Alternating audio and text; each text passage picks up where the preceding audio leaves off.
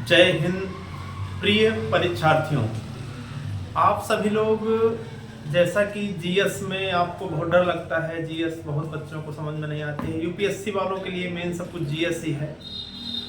तो हमें सबसे पहले ध्यान रखना है कि जीएस हमें समझ में क्यों नहीं आती है। इसके लिए सबसे पहले हमको ये देखना है कि जीएस में हमें किस सब्जेक्ट में कठिन क्या लगता है।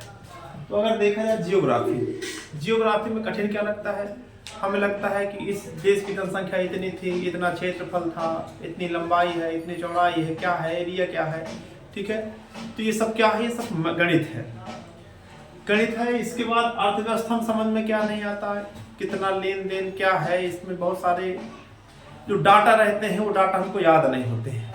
सबसे बड़ी समस्या वहां पर आती है। तो इसमें भी देखिए गणित है। और तीसरा जो संविधान है, कॉन्स्टिट्यूशन में भी प्रॉब्लम यही आती है कि कितने अनुच्छेद हैं, किस अनुच्छेद में क्या रखा गया है। सबसे ज्यादा कठिनाई हमको यही समझ में आती है।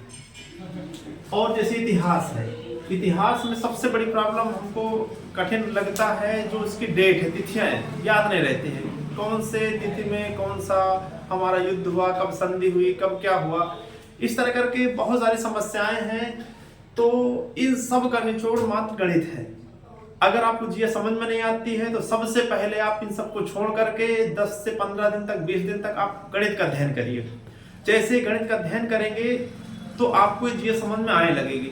प्रॉब्लम यहाँ पर है कि गणित का अध्ययन क्यों करते हैं। सब लोग सोचते हैं गणित का अध्ययन हम क्यों करते हैं। तो गणित का अध्ययन के लिए हम जनरल मानते हैं कि गणित का अध्ययन हम इसलिए करते हैं क्योंकि हम अपने आय व्यय का लेखा जोखा रखें, अपना हिसाब किताब सही रखेंगे, ना भी नौकरी करना होगा तो भी हम अच्छा कर सकते हैं, अपना डाटा तो रख ही सकते हैं, हमारे पास कितनी संपत्ति है, कितना खर्च करना है, कितना व्यय करना है, क्या करना है, कितना बचाना है, आगे आने वाली पीढ़ी के लिए हमें क्या करना है। लेकिन ये गलत है। गणित का अध्ययन हम आय व्यय डाटा के लिए करते ही नहीं है। गणित का अध्ययन हम लोग तर्क शक्ति के विकास के लिए करते हैं। और अगर आपके अंदर तर्क नहीं होगा तो आपको कोई सब्जेक्ट सरल लग ही नहीं सकता, आपको सारे सब्जेक्ट कठिन लगेंगे।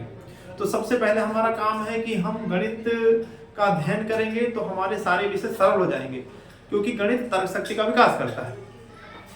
कोई भी विषय ले लो, यहाँ तक कि हिंदी भी एक ऐसा विषय है, हिंदी ऐसा कोई विषय नहीं होगा जिसमें बिना गणित के आप उसका अध्ययन कर सकते हैं। गणित बिना अन्य सब्जेक्टों का अध्ययन कर सकते हैं, लेकिन बाकी सब्जेक्ट पढ़ने के लिए आपको गणित की आवश्यकता पड़ेगी ही पड़ेगी। यहाँ तक कि साइंस पूरी गणित से ही चलती है। और इसीलिए विकास दिव्यकीर्ति सर ने भी कहा था कि गणित तो देववाणी है, देव की भाषा है। क्योंकि देवताओं को बनाने में, हमको जब देवता बनाते हैं तो बताइए किस प्रकार से हमारा एक कितना हमारा सब सारा जो भी फिजिकल मेंटेनेंस है कितना बुरी तरीके से सजा है, किसके कारण से यहाँ पर क्या परिवर्तन होना है, कितने बाल होंगे, कितनी बड़ी आंखें होंगी, आंख और नाक का रेशियो क्या होगा, आंख और मुंह का रेशियो क्या होगा। कहीं गलती से एक छोटी सी मिस्टेक कर दे गणित में तो सब गड़बड़ हो जाएगा। यहाँ पर अर्थ का अर्थ नहीं हो सकता। गणित का फार्मूला भी है, इतना इतना इतना करेंगे तो बस वही आएगा, है ना। मल्टीप्लाई में अगर 10 गुणे 15 तो 15 ही रहेगा ना, 15.25 हो सकता है ना, 15.25 हो सकता है। बाकी सारे विषय में थोड़ा बहुत परिवर्तन हो सकता है। इसलिए प्रिय यूपीएससी की तैयारी करने वाले प्रिय विद्यार्थियों, आपको जहां पर जैसे प्रॉब्लम आ रही है गणित में, तो काफी इंपॉर्टेंट है ही है सीसाइट में गणित का, इसलिए आपको गणित का अध्ययन अवश्य करना है। यह मेरी सलाह है आपसे। हो सकता है आपने किसी ने इसके पहले बताया और ना भी बताया हो, तो सबसे पहले आप स्टार्ट कर दीजिए। अगर आपको जीएस कठिन लगती है तो सबसे पहले आप शुरू करिए गणित का बेहतरीन अध्ययन करिए, तो तर्क शक्ति का विकास होगा। तर्क शक्ति का विकास हो जाएगा, वैसे आपको सारे जीएस के सब्जेक्ट सरल लगने लगेंगे। जय हिंद।